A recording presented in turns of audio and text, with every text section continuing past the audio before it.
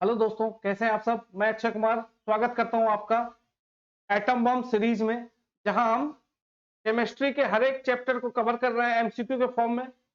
आज का हमारा टॉपिक है मिश्र धातु या एलॉय। अभी इससे पहले हमने देखा था पिछले सीरीज में धातु के बारे में। आज का हमारा टॉपिक क्या है? मिश्र धातु या एलॉय, इंग्लिश में एलॉय कहते हैं। तो आइए सवालों से शुरू करते हैं हम। पहला सवाल क्या है हमारा? पहला सवाल है हमारा, which of the following elements are included in stainless steel. Stainless steel क्या होता है? स्टील में कुछ ऐसे पदार्थ मिला दिए जाते हैं जिसके बाद जो है उस पर जंग या उसका क्षरण नहीं होता, जंग नहीं लगता या क्षरण उसका नहीं होता है। इसका प्रयोग विशेष रूप से बर्तन बनाने के लिए किया जाता है। आप घरों में देखते होंगे स्टेनलेस स्टील के बर्तन ही हम यूज करते हैं, गिलास, थाली। तो यह जो है किसका मिश्र धातु है? या स्टेनलेस स्टील में कौन से तत्व मिलाए जाते हैं स्टेनलेस स्टील बनाने के लिए? ऑप्शन से देखिए, ऑप्शन है हमारा क्रोमियम, निकेल और आयरन का मिश्र धातु या एलॉय है। निकेल, आयरन और कार्बन का एलॉय है। ऑप्शन सी हमारा है iron, carbon and copper. And option D iron, chromium and carbon. तो हम क्या करते हैं, लोहे में या स्टील में, इस्पात में जब हम क्रोमियम और निकेल को मिलाते हैं तो स्टेनलेस स्टील बनता है। तो ऑप्शन ए हमारा सही है, क्रोमियम, निकेल और आयरन का यह मिश्र धातु है। नेक्स्ट क्वेश्चन पे आ जाइए। हेमेटाइट और इज हेमेटाइट एस्क है किसका? ऑप्शन है एल्युमिनियम। एल्युमिनियम का एस्क होता है बॉक्साइट। ऑप्शन बी है कॉपर, कॉपर का एस्क है कॉपर पायराइट या क्यूपराइट। ऑप्शन सी है आयरन, आयरन का और होता है हेमेटाइट। ऑप्शन सी हमारा करेक्ट आंसर है। थर्ड क्वेश्चन पे आ जाइए। Which one is not solid? निम्न में से कौन सा धातु या एलिमेंट सॉलिड स्टेट में नहीं पाया जाता है, सॉलिड नहीं होता है? Option A sodium, B potassium, C strontium और डी मरकरी। मरकरी ऐसा धातु है जो लिक्विड स्टेट में रूम टेम्परेचर पर पाया जाता है, जिसको हम पारा या मरकरी कहते हैं। सोडियम ऐसा धातु है जो सॉफ्ट होता है, मुलायम होता है, जिसे आसानी से चाकू से काटा जा सकता है। तो इसका करेक्ट आंसर होगा sodium Na।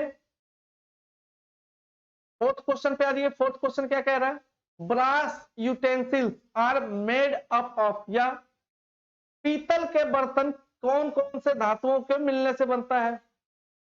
Copper and zinc, copper and teen, copper and aluminium और कॉपर और निकेल। इसका करेक्ट आंसर है कॉपर और जिंक को मिलाने से क्या बनता है? कॉपर 70% कॉपर और 30% जिंक मिलाते हैं। कॉपर और जिंक मिलाते हैं तो पीतल या ब्रास,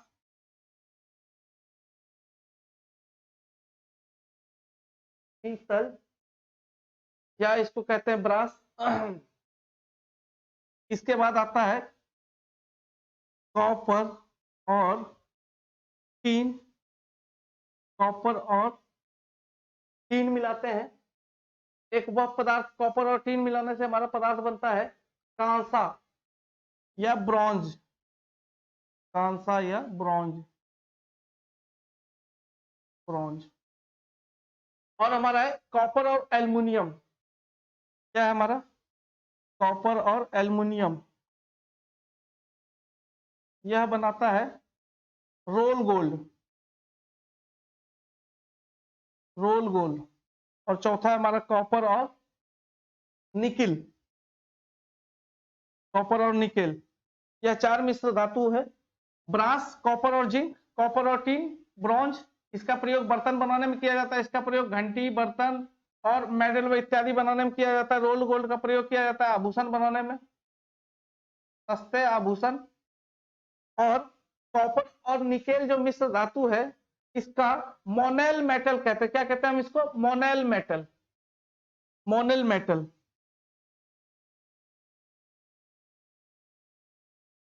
इसको मोनेल मेटल कहते हैं। विशेष रूप से आपको ये तीन याद रखना है।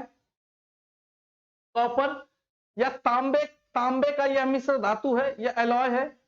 अगला सवाल देखिए, अगला सवाल, फिफ्थ सवाल, क्वेश्चन क्या कह रहा है हमारा? गोल्ड मिक्सेस या सोने को किसमें घोला जा सकता है, सोने को किसमें डिसॉल्व किया जा सकता है, उस एसिड का नाम बताना है। ऑप्शन ए है हमारा सल्फ्यूरिक एसिड में ऑप्शन बी है नाइट्रिक एसिड में, ऑप्शन सी है सल्फ्यूरिक एसिड और नाइट्रिक एसिड के विलियन में या सॉल्यूशन में, और ऑप्शन डी है नाइट्रिक एसिड और हाइड्रोक्लोरिक एसिड के सॉल्यूशन में। तो इसका करेक्ट आंसर है option D, option D nitric acid और हाइड्रोक्लोरिक एसिड। इसे हम क्या कहते हैं, अम्लराज या एक्वारेजिया कहते हैं, अम्लराज या एक्वारेजिया, अम्लराज या एक्वारेजिया कहते हैं। इसमें नाइट्रिक एसिड HNO3 और HCl मिला होता है, 1 अनुपात में नाइट्रिक एसिड और 3 अनुपात में हाइड्रोक्लोरिक एसिड मिलाते हैं, तो यह जो है अम्लराज बनता है। यह स्ट्रॉन्ग एसिड होता है, स्ट्रॉन्ग एसिड का सॉल्यूशन बनता है जो धातु को भी पिघला सकता है या सोने धातु को भी पिघला देता है, तो इसका प्रयोग किया जाता है। ऑप्शन डी होगा इसका हमारा करेक्ट आंसर। एक्वारेजिया देख लिया आपने, HNO3 और HCl का 1:3 रेशियो में जब हम मिलाते हैं एक्वारेजिया प्राप्त होता है। 6th क्वेश्चन पे आइए, 6th क्वेश्चन क्या कह रहा है। 6th क्वेश्चन है हमारा, what material is the wire usually used to attach the safety fuse is made of. अर्थात आमतौर पर सुरक्षा फ्यूज लगाने के लिए या सेफ्टी फ्यूज लगाने के लिए जब हम घर में वायरिंग करते हैं तो उसमें फ्यूज का प्रयोग किया जाता है ताकि शॉर्ट सर्किट ना हो सके। तो उस फ्यूज में कौन से पदार्थ का या धातु का प्रयोग किया जाता है फ्यूज के वायर को बनाने के लिए। ऑप्शन देखिए, ऑप्शन ए हमारा टीन, बी सीसा या लेड, सी हमारा निकेल और डी हमारा टीन तथा सीसा का मिक्स धातु या मिश्र धातु। तो इसमें हम टीन और लेड, एसएन और पीवी के मिश्र धातु का प्रयोग करते हैं। टीन और सीसा का मिश्र धातु का प्रयोग फ्यूज तार बनाने के लिए किया जाता है, फ्यूज तार बनाने के लिए इसका प्रयोग किया जाता है। अगले सवाल पे आइए, किस धातु से बनाया गया मिश्र धातु हवाई जहाज तथा रेल के डिब्बे पुर्जे बनाने में काम में लाया जाता है। हवाई जहाज के पुर्जे या हवाई जहाज के जो बॉडी बनाया जाता है उसके लिए हमें कैसी धातु की आवश्यकता पड़ेगी, उसके लिए हमें हल्की और मजबूत धातु की आवश्यकता पड़ेगी।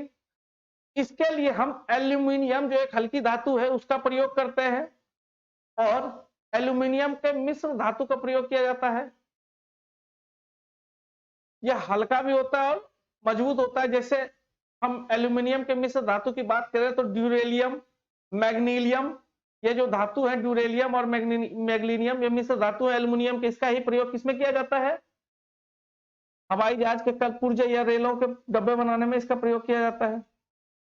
8th क्वेश्चन की बात करें, 8th क्वेश्चन क्या कर रहा है, in electronics materials are often used from cones as solder in the soldering process।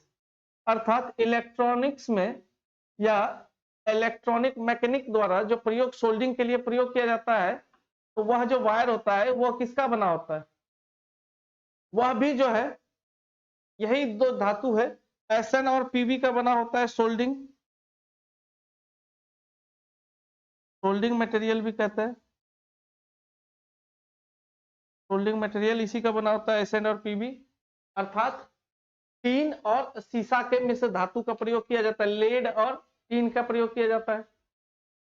इसका करेक्ट आंसर होगा ऑप्शन बी। 9th क्वेश्चन पे आइए, 9th क्वेश्चन क्या कह रहा है हमारा, चुंबक बनाने के लिए निम्न में से कौन सा धातु का प्रयोग किया जाता है, which of the following metal is used to make magnets. Magnet बनाने के लिए कौन सा प्रयोग किया जाता है, ड्यूरेलियम एल्यूमिनियम का मिश्र धातु है जिसका प्रयोग हवाई जहाज में करते हैं। स्टेनलेस स्टील देख लिया हमने, आयरन, क्रोमियम और निकेल का मिश्र धातु है। एल्निको और मैग्नीलियम, मैग्नीलियम भी एल्यूमिनियम का मिश्र धातु है। तो ऑप्शन कौन बच रहा है हमारा, एल्निको का प्रयोग किया जाता है परमानेंट मैग्नेट बनाने में। एल्निको, एल्निको की बात करें तो यह एल्यूमिनियम, निकेल और कोबाल्ट का इसमें प्राइमरी प्रयोग किया जाता है। एल्यूमिनियम, निकेल और कोबाल्ट का प्रयोग किया जाता है। अगले सवाल पे आइए, अगला सवाल क्या कह रहा है हमारा, अगला सवाल हमारा कह रहा है chlorophyll, which of the following is not a component of chlorophyll. Chlorophyll का कौन सा भाग निम्न में से क्लोरोफिल का घटक नहीं है? तो क्लोरोफिल के रासायनिक फॉर्मूले की बात करें, केमिकल फॉर्मूला क्लोरोफिल का, क्लोरोफिल का रासायनिक फार्मूला होता है C55, यह ऑर्गेनिक कंपाउंड है H72O5N4 और मैग्नीशियम। तो अब देखिए इसमें से ऑप्शन में से यह कौन सा है धातु जो नहीं पाया जाता है? ऑप्शन हमारा हाइड्रोजन, हाइड्रोजन 72 है। मैग्नीशियम, मैग्नीशियम के एक अणु पाए जाते हैं। कार्बन, कार्बन के अणु है। कैल्शियम, कैल्शियम के अणु इसमें शामिल नहीं होते हैं। और एक सवाल यहाँ पे यह हो जाएगा, इसका करेक्ट आंसर क्या होगा? Option D.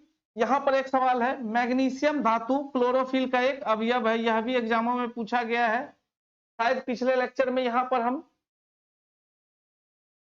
इसके जगह पोटेशियम बोल दिया था, शायद मैंने, उसको देख लीजिएगा आप। मैग्नीशियम इसका एक अवयव है, एक मुख्य घटक है जो एग्जाम में पूछ लिया जाता है। C55, H72O5N4 और Mg मैग्नीशियम के एक अणु क्लोरोफिल में पाए जाते हैं। 11वें सवाल पे आए। 11th क्वेश्चन क्या कह रहा है हमारा? 11th क्वेश्चन कहता है who discover the hydrogen, hydrogen को खोज किसने की? ऑप्शन देखिए, कैवेंडिश, प्रिस्टले, लेमार्क और यूरे। तो इनमें से कैवेंडिश महोदय ने हाइड्रोजन को पहली बार खोजा था। ऑप्शन ए इसका करेक्ट आंसर क्या होगा? Option A. अगले सवाल पे आइए। अगला सवाल क्या कह रहा है हमारा? Which substance is known as stray element in chemistry, अर्थात स्ट्रे डॉग, आवारा कुत्ता। उसी प्रकार एक धातु, एक एलिमेंट है हमारे पीरियोडिक टेबल में जिसे हम आवारा धातु या आवारा तत्व कहते हैं। धातु तो वह नहीं है, आवारा तत्व कहते हैं। पहले ग्रुप का एक तत्व है, वह कौन सा है? ऑप्शन देखिए हमारा, कार्बन, ऑक्सीजन, नाइट्रोजन और हाइड्रोजन। अनुमान लगा सकते हैं कि फर्स्ट ग्रुप में कौन सा एलिमेंट है? हाइड्रोजन। हाइड्रोजन को आवारा तत्व कहते हैं। क्यों? क्योंकि यह किसी भी जगह पहुंच जाता है, स्टेबल नहीं होता है। 13th क्वेश्चन देखिए। 13th क्वेश्चन क्या कह रहा है? Which element is the highest available in the universe, अर्थात कौन सा तत्व ब्रह्मांड में सबसे ज्यादा पाया जाता है? तो ब्रह्मांड की बात करें तो उसमें सबसे ज्यादा जो पाया जाने वाला तत्व है, ऑप्शन को देखें आप सबसे पहले, नाइट्रोजन, हाइड्रोजन, ऑक्सीजन और सिलिकॉन। वायुमंडल में बात करें तो सबसे ज्यादा मात्रा में कौन सी गैस पाई जाती है? नाइट्रोजन, उसके बाद ऑक्सीजन। और ब्रह्मांड की बात करें तो सबसे ज्यादा वहां हाइड्रोजन पाया जाता है। हमारा जो सौर मंडल है, सूर्य है, सूर्य का जो ऊर्जा का मुख्य स्रोत है वह क्या है? हाइड्रोजन के दो अणुओं के बीच नाभिकीय संलयन होता है। दो हाइड्रोजन अणु मिलकर क्या बनाते हैं? हीलियम। इसी प्रक्रिया में क्या होता है? ऊर्जा निकलती है और वही सूर्य के ऊर्जा का या भारत सौर मंडल को प्राप्त होने वाले प्रकाश का एक मुख्य स्रोत है। और सूर्य बहुत बड़ा तारा है हमारे सौर मंडल का। इसी प्रकार असंख्य सूर्य है या तारामंडल है और सब में यही प्रक्रिया चल रही है। तो सबसे ज्यादा जो बड़ा अवयव है हमारा सौर मंडल का या ब्रह्मांड का जो तत्व एलिमेंट है वह है हाइड्रोजन। 14th क्वेश्चन देखिए। विच of the following is commonly called fuel of future, अर्थात भविष्य का ईंधन किसे कहा जाता है? भविष्य का ईंधन कहे तो इसका सिद्धांत यह है कि हम जो है अभी नाभिकीय विखंडन या न्यूक्लियर फ्यूजन की बात कर रहे हैं। नाभिकीय विखंडन जिसमें भारी परमाणु को तोड़ते हैं, उस प्रक्रिया में क्या होता है? ऊर्जा निकलता है। नाभिकीय विखंडन की तकनीक हमने प्राप्त कर ली है। नाभिकीय संलयन की तकनीक प्राप्त कर ले तो सूर्य के जो प्रकाश का या उसके ऊर्जा का जो स्रोत है वह क्या है? नाभिकीय संलयन। तो वही यदि हम प्राप्त कर लें तो वायुमंडल में हाइड्रोजन की उपस्थित है, उसका प्रयोग किया जा सकता है। और जल में भी हाइड्रोजन के अणु है और भी ऐसे बहुत सारे पदार्थ है हमारे पृथ्वी पर जिसका प्रयोग किया जा सकता है ईंधन के रूप में। इसीलिए इसको हम कहते हैं भविष्य का ईंधन या फ्यूचर का फ्यूल। तो ऑप्शन ए करेक्ट है हमारा। और यह क्या है? यह ऊर्जा का एक क्लीन एनर्जी का एक सोर्स होगा। 15th क्वेश्चन देख लीजिए, हमारा लास्ट क्वेश्चन देखिए क्या है। The element whose essential element, ये भी सवाल मिसप्रिंट हो गया है, इसको हम समझते पहले सवाल देख लेते हैं, जो भी है इसको कर लेंगे। वह तत्व वह तत्व जो किसी भी अम्ल का एक आवश्यक घटक होता है, उसको हम कौन सा ऐसा तत्व निम्न में से जो अम्ल का एक आवश्यक घटक होता है? नाइट्रोजन, हाइड्रोजन, ऑक्सीजन और हीलियम, इनमें से कौन सा ऐसा तत्व है जो किसी भी अम्ल का एक आवश्यक घटक होता है? तो हाइड्रोजन को देख रहे थे हम, हाइड्रोजन अम्ल, हम दो चार अम्ल को देखे, उसमें से देखते हैं।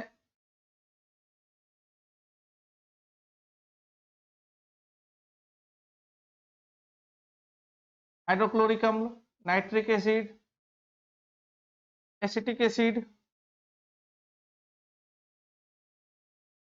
Sulphuric acid, hydrogen, hydrogen, hydrogen.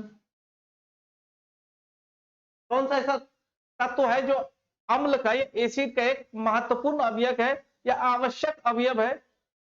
कौन सा है हमारा सही आंसर इसका इनमें से? Option B, correct answer option B. तो यह था हमारा आज के एटम बम का सवाल, मिश्र धातु या एलॉय। देखते रहिए हमारे इस प्लेटफॉर्म से, बने रहिए, जुड़े रहिए। आगे मिलते हैं नेक्स्ट सेशन में अगले टॉपिक के साथ। तब तक के लिए thank you for listening, all the best.